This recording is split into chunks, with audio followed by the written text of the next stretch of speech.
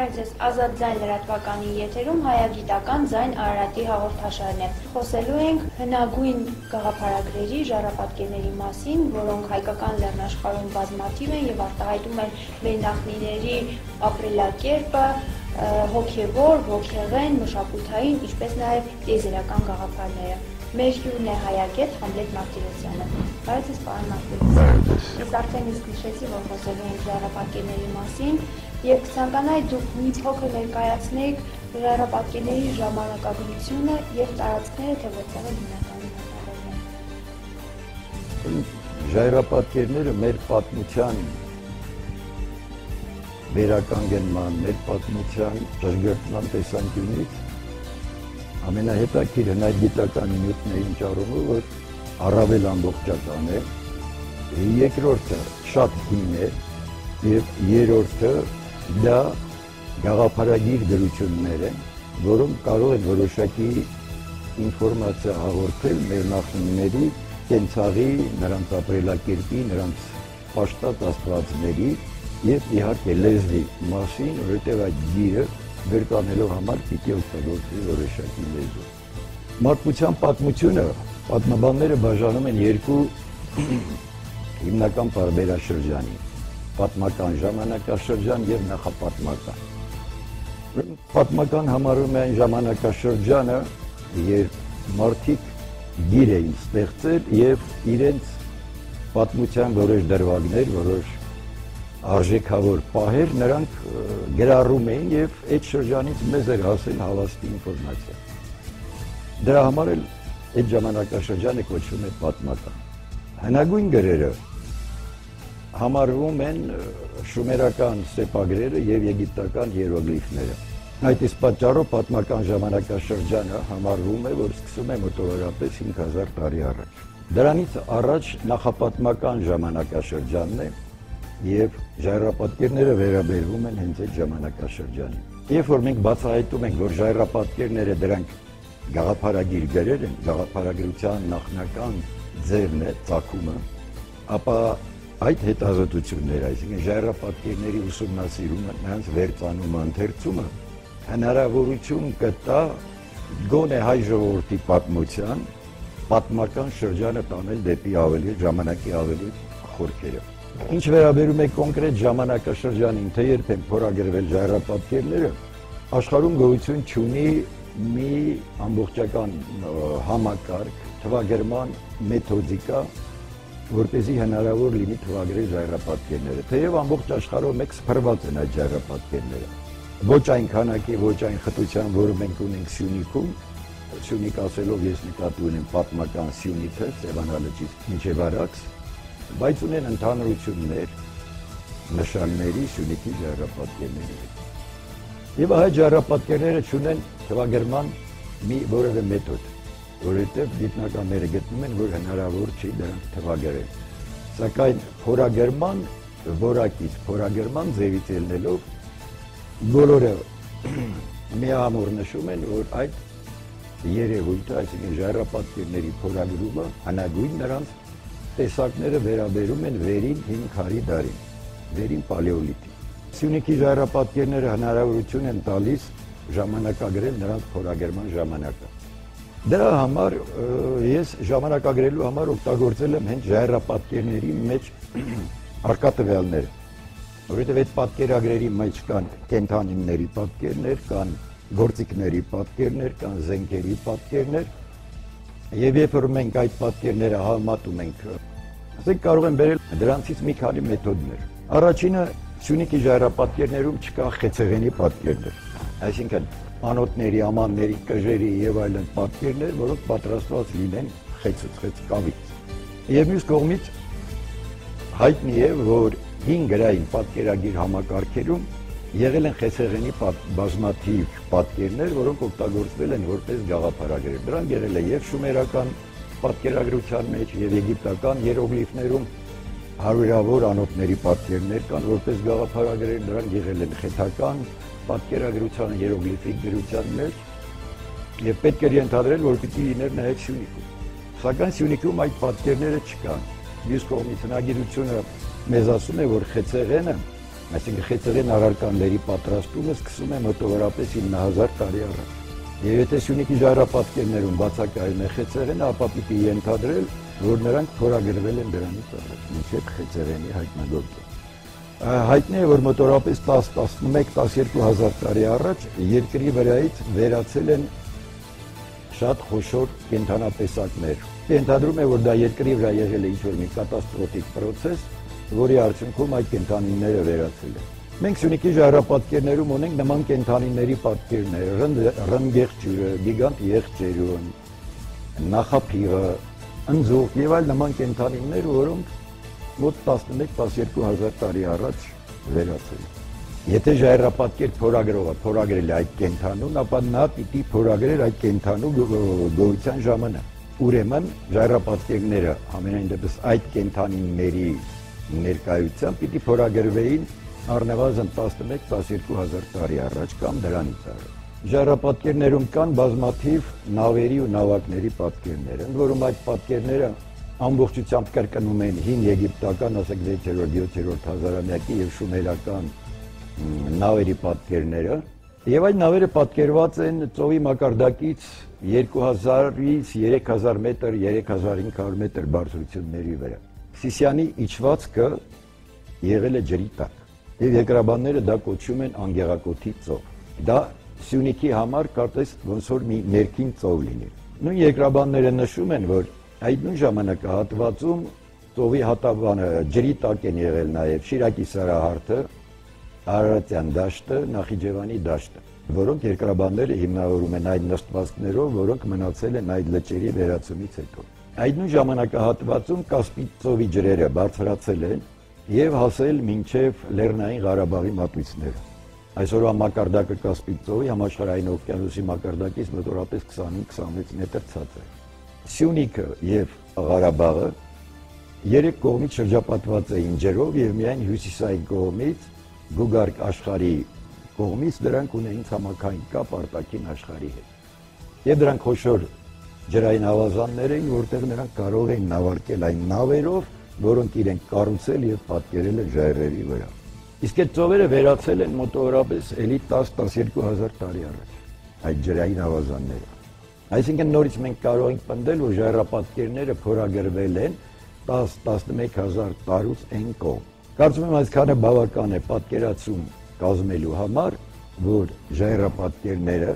Սյունիքի ժայռապատկերները պատկանում են վերին քարի դարի ժամանակաշրջանին։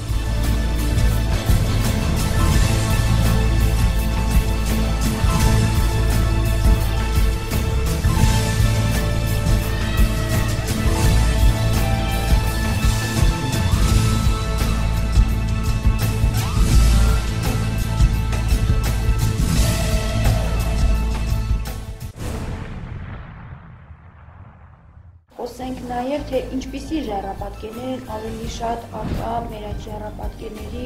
համայնքապատկերում։ Ամենաշատ պատկերները, դա մոտավորապես 47 երևի, եթե չեմ սխալվում, տոկոսը դրանք այծապատկերներ են։ Եվ պատահական չէ, որ ժողովրդական լեզվում ժայռապատկերները կոչվում են իծագրեր։ Այսինքն դրանք մի գրեր են, որոնք կազմված են այծերի պատկերներով։ Ապա երկրորդ տեղում մարդու պատկերներն են։ Երրորդը արդեն գալիս են հովազի հետ միասին, ցուլը, եղջերուն եւ այսպես կոչված օծապատկերներ։ Մնացած պատկերները արդեն սրանց հետ համատած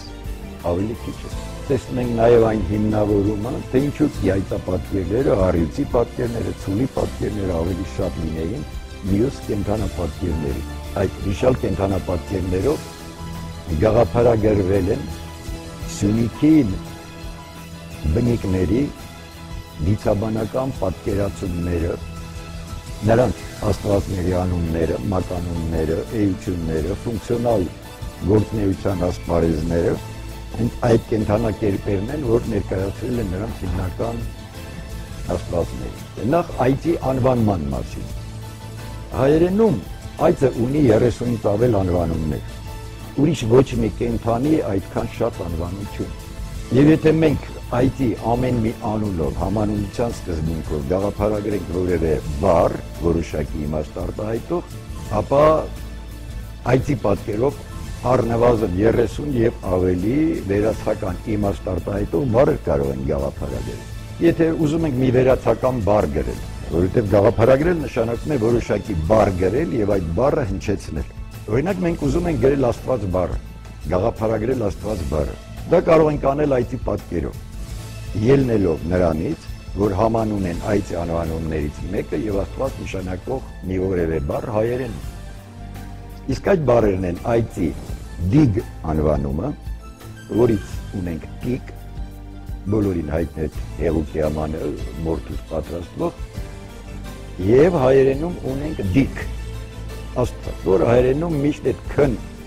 եւ ընկալվում է որպես հոգնակիակերտ մասնիկ, բայց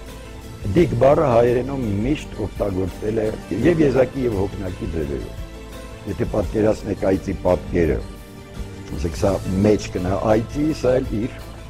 երջուրներն են։ Այս երջուրների եւ մեջքի արանքը դա ես անվանում եմ այծի գրատախտակ, այդպիսի անվանում են տվել։ Այդ այծի գրատախտակի վրա արդեն վերացական մեկ կամ մի քանի նշաններով գրվում է տվյալ Աստծո արդեն կոնկրետ անունը կամ մականունը։ Իսկ դիկ բառը արդեն, ասենք այն ժամանակներում պաշտամունքային որպես տերմին պիտի շատ օգտագործվեր, որտեղ բոլոր աստվածների անունները պիտի գրվեին այդ բառով։ Հայերենում էծ է, այսպիսի բառ ունենք, որ բարբառային բառ է, գրափարում գրական մատյաններում չի օգտագործվել, բայց շատ տարածված է բարբառներում, որ նշանակում է մեծ մայր։ Եվ ունենք այծի այծ, էծ, ած անուն։ Այսինքն այծի այծ, էծ անունով մենք կարող ենք գաղափարագրել էծ է մեծ մայր։ Ընդ որում, ասենք շատ դեպքերում, քանի որ ժայռապատկերների հիմնական թեմատիկան, ասենք, թեմատիկաններից մեկը, եթե ոչ ամենահիմնականը կապված է ընդերքի քաղաքահանջրերի, աղբյուրների պաշտամունքի հետ, ապա անհրաժեշտություն կար նաև գաղափարագրել ընդերք նշանակող որևէ բառ։ Դա կարող ենք անել նույն այծի նույն դիկ անունով, որովհետև հայերենում ունենք նաև տիկ, որը նշանակում է խորխորատ, անդունդ, ընդերք։ Ցուլին եթե անդրադառնանք, հայերենում ցուլ բառը կարող ենք համանուն դնել ցոլ բառը, լույս, ճառագայթ։ Բոլորիս հայտնի է, որ ցուլը հին դիցաբանական աշխարհում եղել է եւ լուսնի աստվածուհու, այսպես ասած, խորհրդանիշը, եւ ամպրոպի Աստծո։ Եվ բացատրությունը այդ ցոլ բառն է, որ լույս, ճառագայթ նշանակող բառով պիտի գաղափարագրվեր, ասենք, լուսնի անունը։ Բայց ինչպես տարբերակել, ասենք, թե որ դեպքում պիտի դա որպես լուսնի աստված եւ որ դեպքում որպես ամպրոպի աստված։ Դրա պատասխանն են գտնում հայերենում, որովհետեւ հայերենը տարբերակում է ցոլանել եւ ցոլանալ։ Դրանցից մեկը նշանակում է կրակժայթքել եւ մյուսը նշանակում է լույս ճառագայթել։ Այսինքն այն իմաստը, որ լույս ճառագայթելն է, դա պիտի վերաբերվի լուսնի աստվածուհուն, եւ այն տարբերակը, որտեղ կրակժայթքելն է, դա պիտի վերաբերվի ամպրոպի Աստծուն, եւ հաճախ մենք ասենք հին պատկերագրության մեջ տեսնում ենք, որ ամպրոպի Աստված պատկերվում է ցլի վրա կանգնած ձեռքին երաժանին լույսի ճառագայթների նմանով։ Առյուծի գրափարյան ձևը առև եւ արիվծ վյուն, արի վյուն եւ արի վյուն։ Այսինքն ունի ճիշտ նույն գրությունը, ինչ որ հայերեն արև բառը։ Տարբերությամբ, որ առյուծ բառի մեջ դա հնչում է ռեյով, իսկ արև բառի մեջ դա արկա հնչում է։ Հայտնի է, որ առյուծը դա արևի խորհրդանիշն է։ Այսինքն նույն առյուծի պատկերով գաղափարագրվել եւ հնչեցվել է արև բառը։ Ընդ որում նաեւ արիվ ձևը, առյուծի առյուծ ձևից, որովհետեւ շատ բարբառներում արև բառը հնչեցվում է հենց արիվ ձևով։ Բայց նաև գրափարում ունենք առյուծի առոյց ձևը, որ եթե ծն նորից հանում ենք, ապա մնում է առոյ, որ առու բառի սեռական գոլավաձև է։ Բազմաթիվ օրինակներ կան, որտեղ առյուծի պատկերով հենց գաղափարագրվել եւ հնչեցվել է առու բառը իր հոսանք, առու, գետ, գետակ այդ իմաստներով։ Բայց նաև առու բառը ունի ելք, ճանապարհ, անցք, դուռ, ի վերջո, եւ առյուծի պատկերով հենց գաղափարագրվել է այդ բառը արդեն դարպաս, դուր, անցք, ճեղք, ճանապարհ իմաստ։ Դեռ հին ժամանակներից սկսած տաճարների, պալատների, կամուրջների մուտքերի մոտ, ճանապարհներից սկսվելու վայրերում զույգ առյուծների, ասենք, կամ ասենք բերդերի, դարպասների վրա զույգ առյուծների պատկերներ են, որոնք գալիս են հենց Սյունիքի ժայռապատկերների այդ գաղափարագրում։ Առյուծի պատկերը եւ թռչնի պատկերը միացնում են իրար, դառնում է թևավոր առյուծ։ Հայերենում թռչնի ընդհանրական անունն է հավ։ Հիմա եկեք միացնենք իրար։ Դառնում է հավ, առոյ, հավառոյ, հավառի։ Հայերենում մենք ունենք այդ բառը։ Դա նշանակում է մայր գետ։ Հին դիցաբանական է աշխարհաճանաչողական համակարգում ընդերքի այն քաղցրահարամ ջրերի ծովից բխող գետն էր, որը դուրս է գալիս եւ ասենք օրինակ ինչպես հին տպակարանն է ասում, բաժանում է 4 գլխի եւ բորոքում Եդեմի այգի, որը հենց նույն ձևով գրառված է շումերական տեքստերում։ Եվ դա Հայաստանի անվանումներից մեկն է որպես երկիր։ Այսինքն Հայաստանը կոչվել է մայր գետի երկիր։ Մարդու պատկերները հիմնականում վերաբերվում են հենց նույն աստվածներին։ Նշանները, որոնք կան մարդու պատկերի մոտ, դրանք պիտի ընթերցել որպես դիսան, որպես Աստծո անուն։ Հին ցեղերը, նույնիսկ ժամանակակից շատ ցեղեր, որոնք դեռևս գտնվում են կամ նեոլիտիկ կամ, չգիտեմ, բրոնզե դարի եւ այլն այդ ֆեոդալական կամ ժամանակներում, դրանցից շատերը պաշտել են տոտեմների, կենդանիների տեսքով, թռչունների տեսքով, չգիտեմ, լեռան եւ կամ այլ ինչ-որ պատկերների տեսքով։ Սյունիքի ժայռապատկերների ստեղծալները ցույց են տալիս, որ դեռ այն ժամանակ, այսինքն վերին քարի դարում, Սյունիքի բնիկը իր Աստծուն պատկերել է մարդակերպ։ Կան մարդկանց պատկերներ, որոնք հսկայական չափերի են եւ կան փոքր, այսինքն դրանք այնպես աստվածիկ չեն։ Հիմնականում մեծ ու փոքրությունը գալիս է, ասենք, ծնող որդի այդ պատկերից, որովհետեւ կամ պիտի դու հավելյալ նշան դնես ծնող որդի կամ չափերով դու պիտի իրանց տարբերակես, որովհետեւ որդի Աստծո գաղափարը եւ Հայր Աստծո, Մայր Աստվածուհի եւ այլն այդ գաղափարները Սյունիքի ժայռապատկերներում կան եւ բնականաբար դրանք ինչ որ մի ձևով պիտի արտահայտվեն։ Ահա մենք այդ ժայռապատկերների ուսումնասիրելով գանք այն եզրահանգման, որ մեր նախնիները եղել են կրթված, զարգացած մարդիկ, ովքեր հենց այդ միջոցով են փորձել արտահայտվել։ Պարզ ձևով, բնական ձևով իրենք կարողացել են խնդիրը լուծել, բայց լուծելուց առաջ նրանք կարողացել են խնդիր դնել։ Իսկ նրանց խնդիրը մեկն է եղել՝ հաղորդակցվել իրենց Աստծո հետ։ Մենք երբ որ այսօր ուզում ենք մեր Աստծո հետ որպես քրիստոնյաներ հաղորդակցվել, մենք գնում ենք եկեղեցի կամ տան մի անկյունում, առանձնանում, աղոթում եւ այլն։ Նույն խնդիրը ցանկացել են լուծել նրանք։ Իրենց պետք է հաղորդակցվել Աստծո հետ, բայց դեռ չկա տաճարը, դեռ չկա քահանան եւ չկան մյուս ատրիբուտները։ Նրանք խնդիրը դրել են Աստծո հետ հաղորդակցություն։ Իսկ այդ հաղորդակցմանը, այդ խնդիրը լուծելուն օգնել է այդ պատկերագրությունը, որովհետև մարդը Աստծո հետ հաղորդակցելու համար ինքը պիտի որոշակի անա, պատկերացնի, զգա իր Աստծուն։ Եվ այստեղ խնդիր է առաջանում Աստծուն բերեմ Աստծուն իմ մոտ։ Կոնկրետ դնեմ իմ դեմը եւ խոսեմ իր հետ։ Այսինքն առաջ է գալիս տաճարի նախնական գաղափարը, առաջ է գալիս նախնական այդ սրբապատկերի գաղափարը։ Իսկ Աստծո հետ հաղորդակցումը բոլոր կրոններում, սկսած ամենահին ժամանակներից մինչև մեր օրերը, դա կենտրոնացումն է Աստծո անվան գաղափարի էության վրա։ Նա դրել է խնդիր Աստծո հետ հաղորդակցվելու եւ լուծել է մի քանի խնդիրներ, ստեղծել է տաճարի գաղափարը, ընդ որում շատ շուտ սկսել է արդեն տաճար կառուցել, որովհետեւ ժայռապատկերներում կան տաճարների նախագծեր իրենց նշաններով։ Ասենք այս տաճարի մեջ ինչ Աստծո պաշտամունք է տարվել, ինչ է եղել եւ այլն։ Լուծում է այդ խնդիրը եւ վերջապես որ կարևորագույններից մեկն է, նա արարում է գիրը, ստեղծում է գիրը։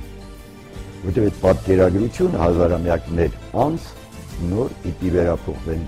գրային գրության այլ ձևերի, բայց սկզբունքները մնալու է այն, ինչ որ դրել էր գրի ստեղծման հիմքում